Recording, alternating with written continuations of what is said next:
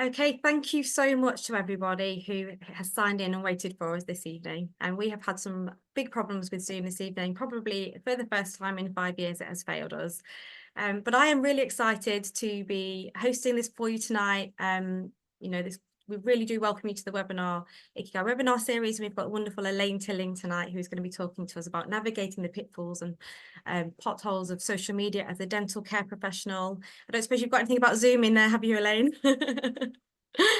No, but I might add it after the Yes, tonight. yes. So we are also having a bit of a problem with your camera, aren't we, Elaine? So you're just going to be talking. I am. You don't have to look at me, despite my best effort putting my makeup on, ready for you, and putting hair on. Goodness sake. But here we go. Can you all hear me okay? Because I don't know if you can see a show of hands there or something. Don't know what's happened with this particular Zoom evening, but it's bodged my laptop too. But hopefully you can see the presentation. Would you like me to start, Nina, given that we're late and everybody's probably starving? So let's go for it. Right, well, good evening, everyone. When Siobhan asked me to consider doing this presentation for you, I thought, why me? Probably the most starchy britches on the planet when it comes to the use of social media, or rather misuse of social media. So probably that's why. But I think it's a timely reminder to us all to just bear in mind what we're dealing with when we're working online. And tonight I'm certainly no guru in this theatre. I am one of its biggest. No, I am a supporter of social media. It has its place, but let's have a look at what guidance we have for its use and how we can put it to good use and how we can protect ourselves from misuse. And so we will have a look at the subject of online professionalism, or e-professionalism as it's now referred to, and hopefully will help you recognise or improve your recognition and manage professional risks that we come across when actually we're either socialising, exploring, or even working online. Hopefully you'll understand the role of social media plays increasingly in healthcare, dentistry, and oral health. I have to say it's probably no surprise to you what large part it's now playing, and technology is growing well ahead of any regulation, like most things these days. But I think we should all be able to come away from this to define what professionalism is online and what we mean by e-professionalism. And I'd like everyone at the end of this to be quite familiar, or more than familiar, with the regulatory guidance, whether it is a general guidance or whether it's specific to your own practice. But there are guidelines out there, despite what we see on social media. I don't know where some people get their information from or guidance from, but they're certainly not looking at what's very much in their face. So I do love an acronym, ELIPS. Patience, ethics, law, professionalism, and social accountability. Sounds quite scary, doesn't it? Sounds like it could get us into big trouble, doesn't it? Is it as sad scary? Well, if we have a wee peek, it's probably not as scary. It relies on common sense. And I guess the sad thing about common sense, it isn't that common, and it certainly doesn't appear to be for the many users of social media that are using it inappropriately. So what are we going to do this evening? Well, we're going to get over the IT problems. Well done, Nina. Catherine, that ran across the car park trying to get the access code. The lovely Barbara for stepping in. And Mr. Tilling for stopping the early supper preparation. Even though he's very hungry, he's gone off and had a slice of bread and butter, I think. So we are going to have a look at the regulatory perspective from both the media and professionals. We'll go through some examples and scenarios and have a think about it. Have a think ourselves. So you will need a piece of paper and a pencil, everybody, somewhere to scribble something down. Scribble it on your phone, but you do need to have a think. This is not all about me working hard tonight. It's an interactive session. You'd be delighted to hear.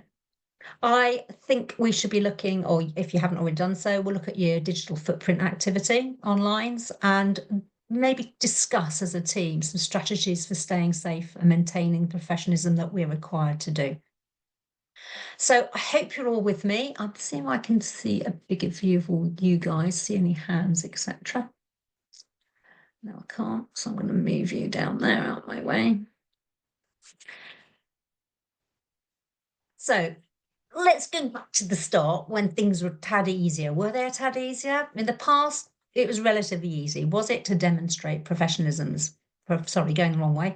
So this delicious piece of kit, I've done the reference there, but the lovely Bristol Dental Hospital let me have this slide of the brown velvet hat worn by the street dentist. It was very clear to everybody what he did because all of his extracted teeth were on his hat.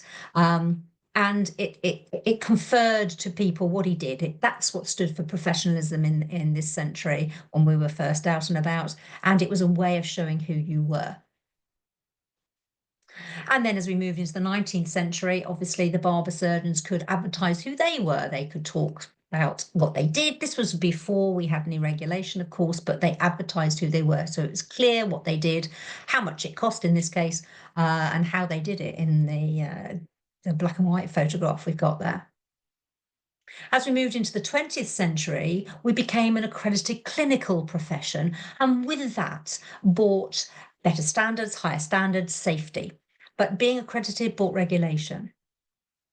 What we've got, of course, now in the 21st century, we have our accreditation, we have our regulation, but how we demonstrate that, how we communicate that, and what access we have for exploring patient potential, sales potential in dentistry, and what can be done in dentistry has grown beyond our wildest imagination for those of us of a certain age.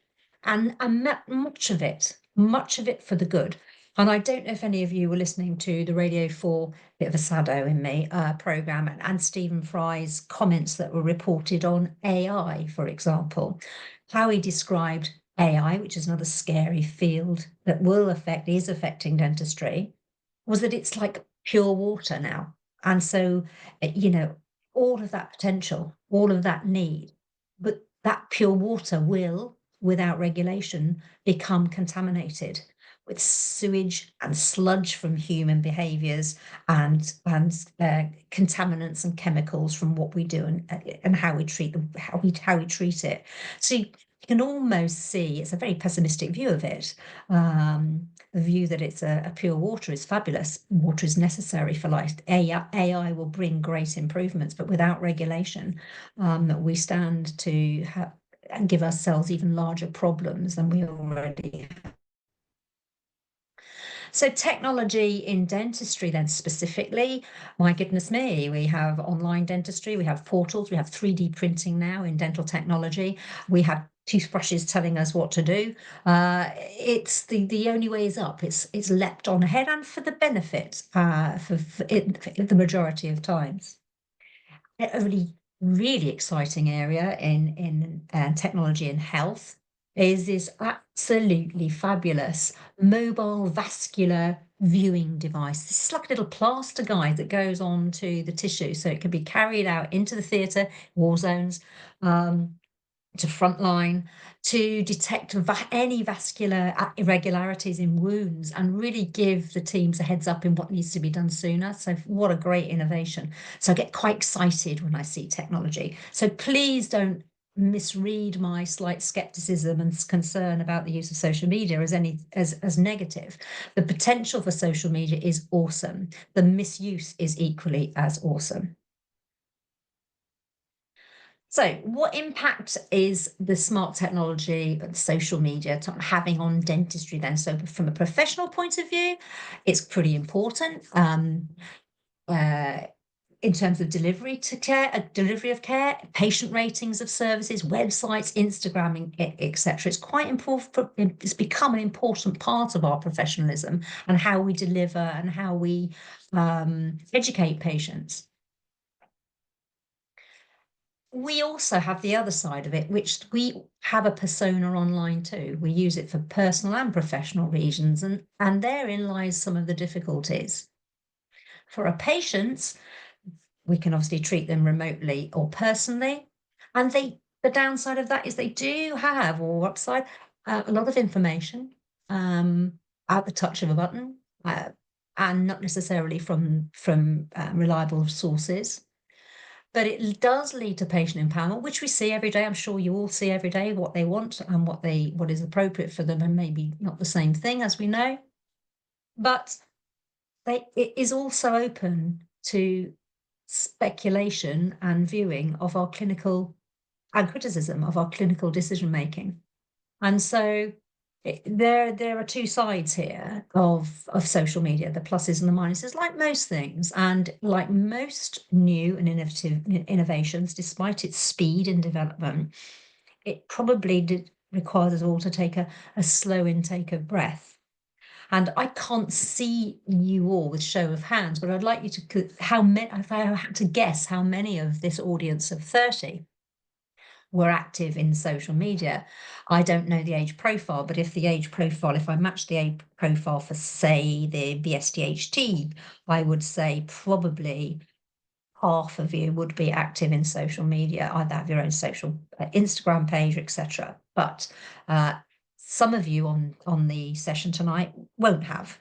And the reason you're on this is you probably or hopefully want to know a little bit more about it. The people that really should be on this won't be here, because those of you who are here already know the dangers because you've answered the call to come in and see what regulation we've got. So the training in social media, professionalism of social media is very much needed in the already qualified. What I'm delighted to say is that the dental schools, as part of the BDS and part of the hydrotherapy program, e-professionalism is most certainly taught, and it's certainly taught from the outset. So that should make us all feel a bit better. And when I started looking at this particular presentation, that was my main concern, that if we've got all these young newbies coming online and using social media inappropriately, is it because they don't know? What is their basic training telling them? But I am delighted to say that the 8 schools that I've contacted that come back to me with their aims and learning outcomes and with their stages and where they train it have all been extremely positive and fairly stringent in their governance of social media for students. So one would hope that increasingly the students that graduate do know and understand their responsibility when it comes to the use of social media personally and professionally. So online professionalism, or e-professionalism, this is where you need your pen and paper, and I can't see you all scribbling, unfortunately. However, I know that you will. So if you had to do a definition, I know it's the end of a long working day, everybody, for most of you, but have a think of words. If you were writing the definition of e-professionalism, what words do you think would be in the sentence? You don't have to string the sentence, but what things need to be in there? I will give you 30 seconds. Kind of words we'll be looking at in a definition of what we think e-professionalism is.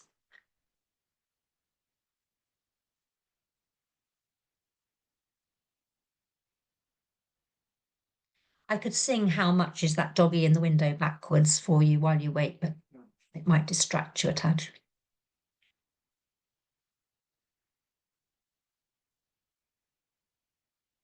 Well, give yourself a tick in the box for any of the wording that's on here, because this is the definition. So it's about yourself online. So if you've got engaging online, being online, to your profession, in relation to your profession rather, sorry, and include your actions, attitudes, adherence to relevant codes of conduct.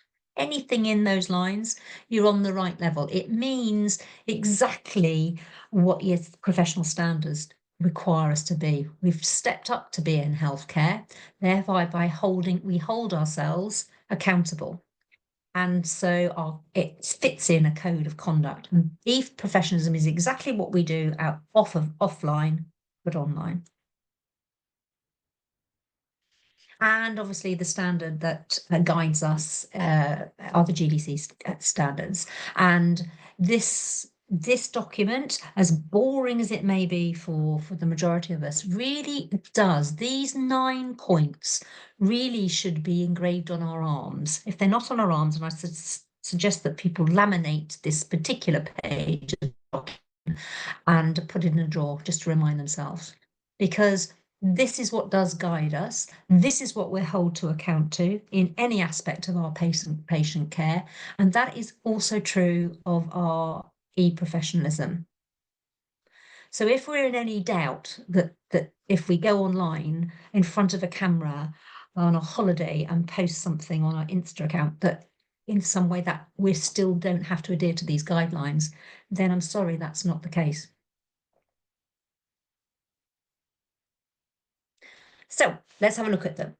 If we think about standard one, putting patients' interests first. If you think about social media, however you use it in practice, however you use it professionally, how can we put their interests first when they're remote?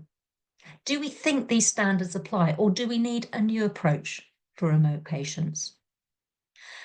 And maybe that's a question, guys, that you pose to your practice. Maybe you ask that question. What is your policy, and does it meet these standards? Do we need another layer of regulation? That really is up for debate. Is the consent gained online still valid or informed? Well, medico-legally, yes, it is. If you use the documentation that's recognised by your dental practice, then theoretically it is.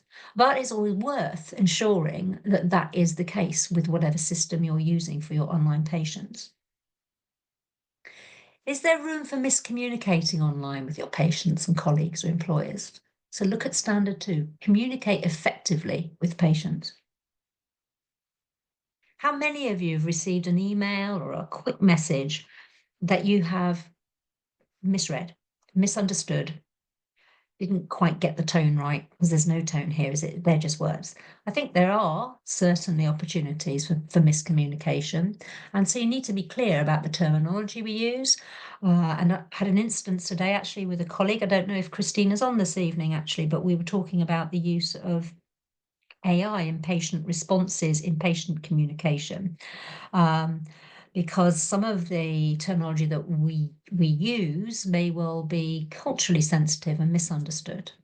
So, when we have a policy of communicating with patients, what is that policy? And I suppose, for us all, and a question that you need to ask your practice is how secure is the data and recording systems that you have? Because if they're not secure, then you are liable, or it drives us to failing standards 4 and 6. So maintaining the and protect patients' information, and standard 6, work with colleagues in a way that is in the patient's best interests. So if we're not recording adequately and we're sharing the care of a patient, then we are in contravention of our own guidelines which are clear and are just as applicable to the electronic data as they are to any other form. So question to you guys, is social media the most appropriate way to raise concerns about your patient, employer, or colleague? How many of you are on the hygienist forum? How many of you seen posts that speak about practice, that it's very clear who the person is, or a colleague? It's very clear to some who that person is, and in some instances, patients that could be identified. Social media is not an appropriate way, and I will look at the safety and security of some of the social media sites ahead, but as a question that you need to ask when we're thinking of discussing it and sharing online, think about the GC guidelines and standards, because they're the ones we're going to be held to if we're found to be contravening them, or if that data and that media gets in the wrong hands, because once it's posted, it is live and you have no control over where it goes, who it's shared with. What does your digital footprint say about you? Do you know your digital footprint team? Have you been online and checked? Do you check it regularly? Because actually, if we're not, and your footprint is giving misinformation or information that you wouldn't want shared, then you're in contravention of standard number 9. Well, the guidelines, of course, for us all are our workplace policy and society of policy guidelines. Certainly, the BSDHT do have some guidelines on the use of social media, and you should have a workplace policy. Certainly, the dental schools and universities have policies where on phone use, where they can use their phones, where they can have their phones, on the use of social media. They have a regular search of patient of your digital footprint. If you are talking about guidelines for new companies, if you're applying for a job and maybe it's a corporate role, corporate post you're going for, go online and see what their policy is. Go online and see what their policy is about finding out about people, because of much of the interviewing process that goes on now is that they do check your digital footprint. They do check to see what they can find out about you, and that's perfectly legitimate.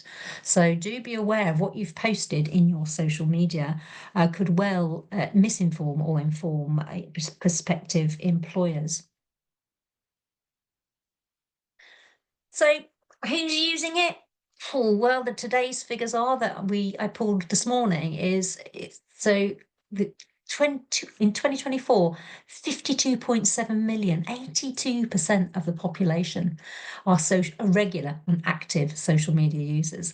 Facebook, I suppose not surprisingly, is the highest for the United Kingdom, with 3 million users, but YouTube are following up behind.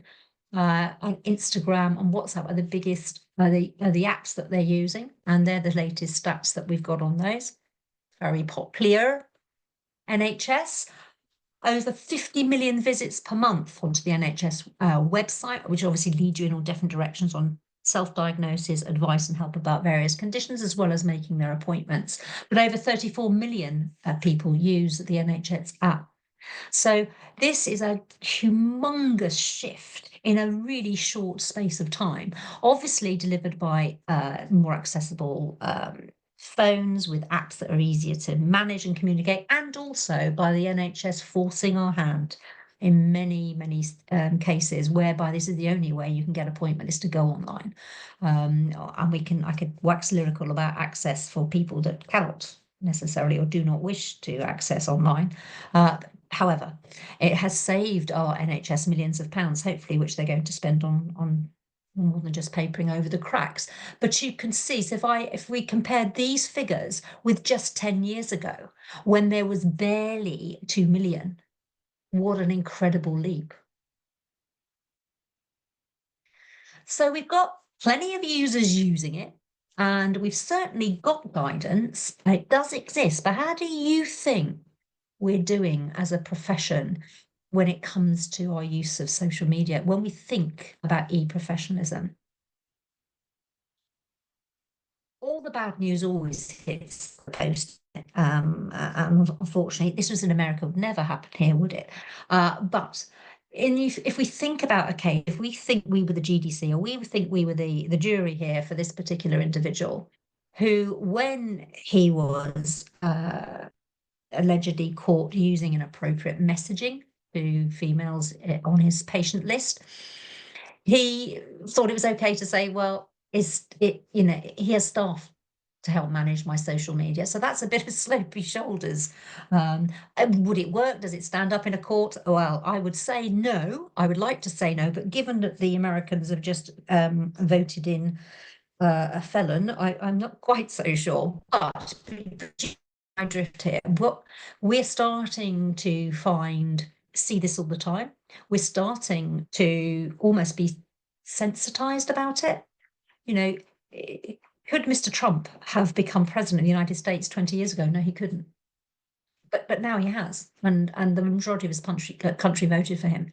So his outrageous use and misuse of social media, clever use, some might say politically, his quite shocking to us, to some, opinions are displayed and now accepted because we see them so often.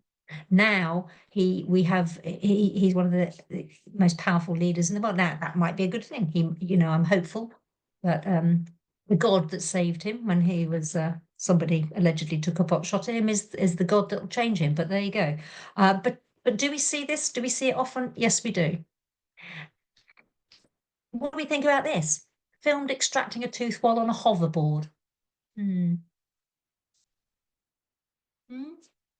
Considerations in this case? Patient safety. Is it irresponsible? Professional disrepute? Yeah, I think so. I think so. What a plonker. But consider this, everyone. Patient wants to take a selfie of you guys, you and your nurse. What do you think? Scribble down some things. Your time to work now. I'm going to give you a minute for this. What considerations, what questions should you be asking yourself?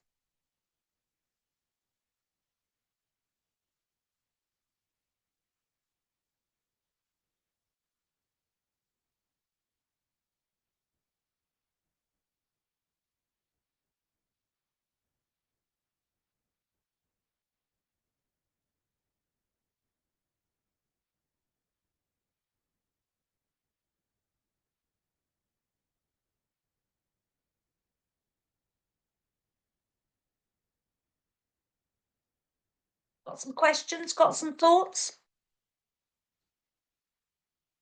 Given our timing, let me feed you some. Are you happy to be on the patient's social media feed? Are you happy? Where will it be posted? Do you know if a post will accompany an image? If so, what will it say? Are you happy with what it says? She might say, my horrendous clinician has got a really bad haircut. I've no idea. But will you or your employee be identifiable from the photo and post? Will you? Probably. What's the practice policy regarding the photographing in the premises? Does your practice have a policy? It should. Who else will they see in the image? Somebody walking past the door? You don't know. We have problems. I I volunteer in the Girl Guiding Association, and we are strictly, hugely prohibited. These are children, obviously minors, from taking photographs of our children, not even to use internally on our WhatsApp groups. So, parents can, of course, say they would like to if we're doing some PR work, but the rule of thumb is we do not bring cameras into the guiding meetings, and we do not allow our girls to bring them either. Do you have control over the image? No, well, not once it's on not once it's on the site. Do you know what he or she'll do with it after it's posted online? Delete it or save it onto a phone? What do the other members of the dental team think about it? What does your nurse think about it? And are they willing to consent to having their photograph taken? And what does consent actually mean? They might consent to it being on the patient's own phone because she's jolly happy with the treatment she's been given, or do you trust that patient to keep it there? So think about it, team. I've got a frozen screen now. Sorry, come on. So we've considered that. What about this one?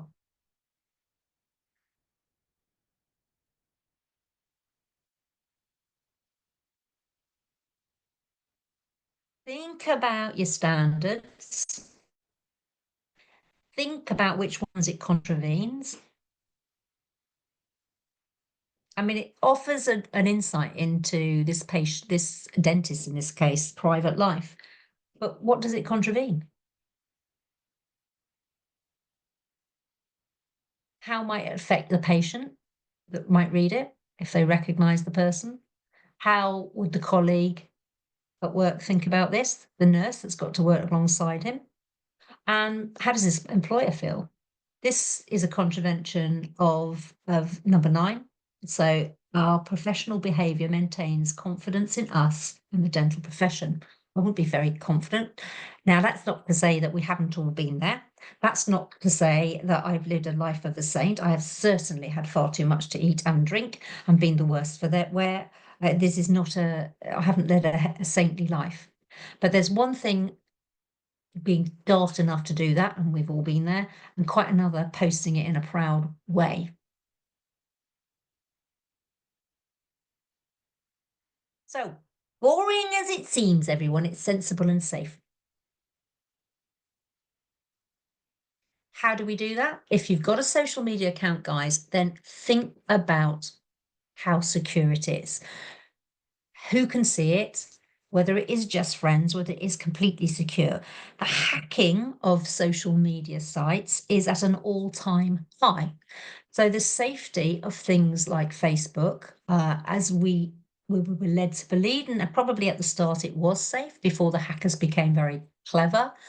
Hacking is rife, and the use of AI, the use of artificial intelligence to manipulate photographs is here, and it's not going to get better very quickly.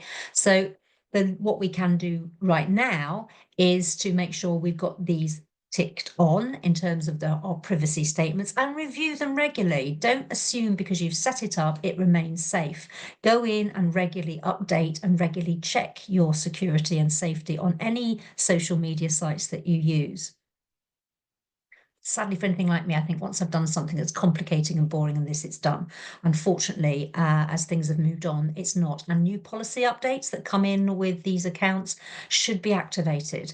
They shouldn't be ignored because you're too busy shopping online or whatever else we're doing and doing much more exciting things. But do regularly review your security status in all the apps that you use. What's your digital footprint like? Who out there hasn't Googled themselves? I never Googled myself until my sister said something like, well, I knew you were there because I Googled it. I found you. Really? Yes.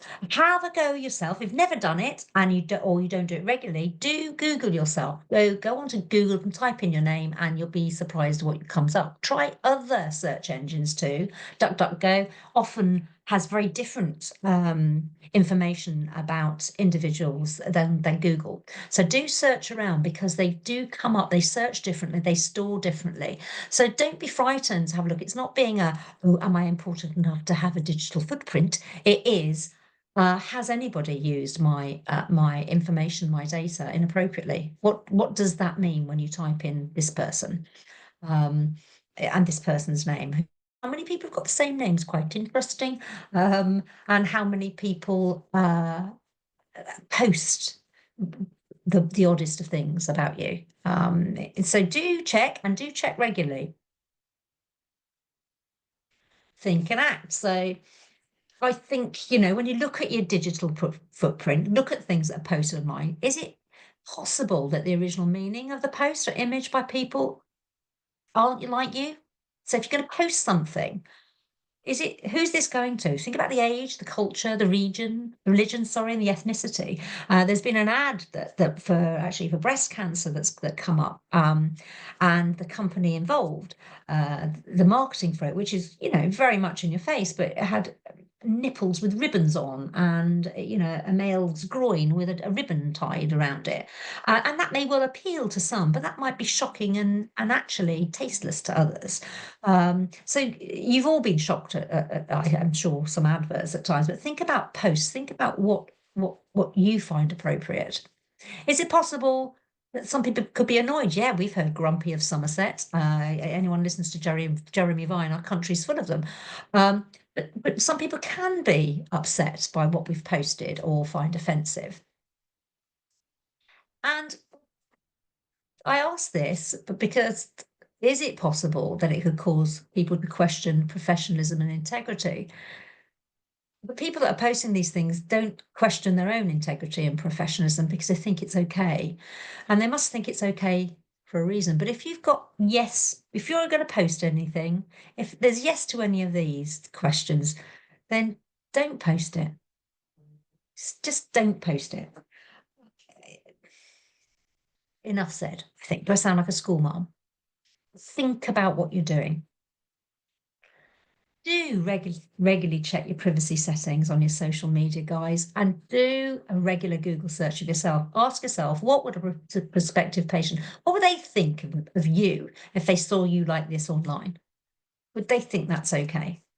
If you think that's the case, then that's your judgment, and then when it's questioned, then your judgment will be questioned in the same way as if you'd done something off of line that was inappropriate. And I think, I've whizzed on through this, but we experience of performing badly and having your photograph embarrassingly splashed somewhere because you thought it was a good idea. It's not the act of experience because we don't necessarily learn from that, but when we reflect upon it, we do learn, we do think.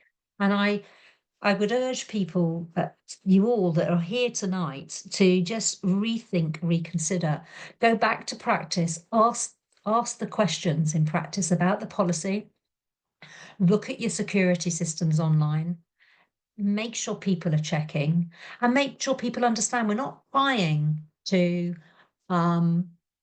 be in any way boring. We're trying in all ways to be the professional people that we've stood up to the mark to be. And if we can't be professional in all aspects of our life that will be accessible to people outside of your immediate circle, then we deserve to be questioned. And so I feel really quite strongly that we all take a minute and all look to how we use social media and keep an eye out for the technology and the gateways that are and the barriers that are going to be put in place to protect us. Any questions, you poor souls? Oh, I've got the lovely Christina here this evening, which is fabulous. We were talking today, and I know she doesn't mind me saying, we were talking today about you go as far in dentistry. We have a scope of practice. We may do other training, but our scope of practice is quite clear. And where we have dental nurses posting on their media posts about doing facial aesthetics. So, you question not the intelligence, but maybe the intelligence, the thought pathways of people when there is clear guidance. Scope of practice is clear guidance. Training, okay, like most things, are available online, offline, but the use of social media and professionalism, our nurses are guided by the same standards as us. And therefore, I would strongly urge that you do laminate your 9 points, shove them in the drawer, and if in doubt, whip it out and check. Okay, I think there's some easy questions there. Yep. Thank you so much for that, Elaine. That was brilliant. I've got here, am I saying that we shouldn't be talking about practice to issues, etc., on the forum? I'd say you use the same measure to protect the patient privacy as you would talking in the coffee shop at, I don't know, at Costa. It is good to talk. It is good to have forums where we can discuss. But remember, some of the people on those forums share those outside of the forum. You have no way of regulating who's sharing what. So yes, talk about a bad day. You can talk about your bad day, and it can be quite amusing. But think about those questions. Would I be happy for a patient to read this, see this? Would I be happy for my boss to see this? If they wouldn't be, then don't post it that way. Just don't post it. You have no way of knowing that it won't be shared. I was not in the hygienist forum for a very long time, but it was regularly shared with me for good reason, but it was regularly shared with me. So I would say, just be careful. Of course, post. Of course, use your network to support each other, for sure. And ask opinion, for sure. But remember to anonymize the patient, and certainly, get fairly wax lyrical, talk around it, discuss it, but do not identify. Does that help to our anonymous attendee? I can't see any hands, so I'm guessing it was okay. But yeah, just be aware. Just go back to those basic rules. And we've all had a bad day. If we think we're in a safe space, lies the problem, isn't it? We think we're in a safe space. If I say to you that currently the GDC have in excess of 40 cases of questionable practice using social media. And also that the NHS's figures, and this is just for the Southwest region, because that's what I can access via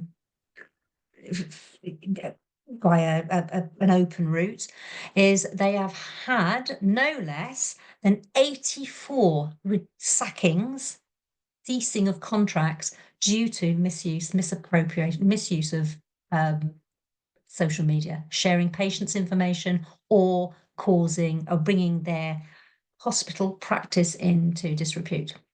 So it is a growing issue. It is a pitfall, it is a pothole. And I sound like my mother here, but I think, would your mother be pleased? Would you think about this? Would my mother like to see this photograph? Would my mum think that was okay? Would the patient think that was okay? Does my boss think that's okay? Because if I think it's okay, have I stepped up high enough? Have I gone back and read those guidelines? Does that help our lovely anonymous attendee? I hope so. And I would also say Christina Chatfield, and I'm going to put you on one here, Christina, because Christina has used social media as a forerunner in many things, a trendsetter, has been a really active member of the social media fraternity and used it well, but by her own admission has made errors. And as I said, it is about reflection. It's not making the errors. It's not really, and do we learn from that mistake? No, not always, but we learn from the reflection on that mistake. And doing something as simple, I'm going to share it, if that's okay, Christina, is doing a media post, a little reel. Forgive me if I'm getting the words wrong because I'm a Luddite here, but sharing a reel of a birthday celebration and allowing the to select the photographs, because Harry, she's putting a really pretty reel together and they're really good fun actually, incurred the wrath of the person that had split up with that person some time ago, which would never have occurred because she didn't actually notice that she was there because she didn't choose them herself. So it's not about intent even sometimes can cause harm, hurt, be unsettling and upsetting for people. It's just there is an easy pothole, even for the most experienced of users of social media. End of my rattling. Is there anything pressing that I've missed on here, Nina? There was a question just sort of talking about, what about if you posted something in your own time to do, not on it whilst you were at work. For example, that post I think you were talking about had too much to drink last night or wasn't able to eat, what's your thoughts on if you were to post it, on a Sunday, for example? Again, you don't know who's got access to it. Do we think everybody is tolerant of excessive drinking? Even if it's a one-off, even if it's your birthday, it still might. Do people want to? Is that important enough to post? It's like people share their dinner, isn't it? Bad or otherwise. Maybe that's the prude in me. But I would say, in your defence, it was on a Saturday night, and it was a bank holiday weekend, and it depends what you said. If you said, rather too many bubbles last night, then it's rather different to got absolutely faced and vomited all over next door's garden path. I don't know. That's very different, isn't it? I think it depends what you say. Does that help? I hope so. I hope that helps. Is moderation. And if I was sitting on the board of governors at your boarding school, whoever the person is, I would say a little bit of baby sham is fine on a Saturday. I think And then we've all dental been in that, nurses. sorry. Sorry, I've got dental nurses won't qualify, can do facial aesthetics just like any other person that's trained to do them. The indemnity just can't be under a dental nurse's title. Yes, agree. So sorry, so I didn't explain that fully. It's about ensuring all regulation is there. And it's then about creating this persona. And this person in question hadn't finished training, hadn't completed training. And, dental nurses doing for anyone doing work within their scope of practice that is fully supported by their indemnity is one thing.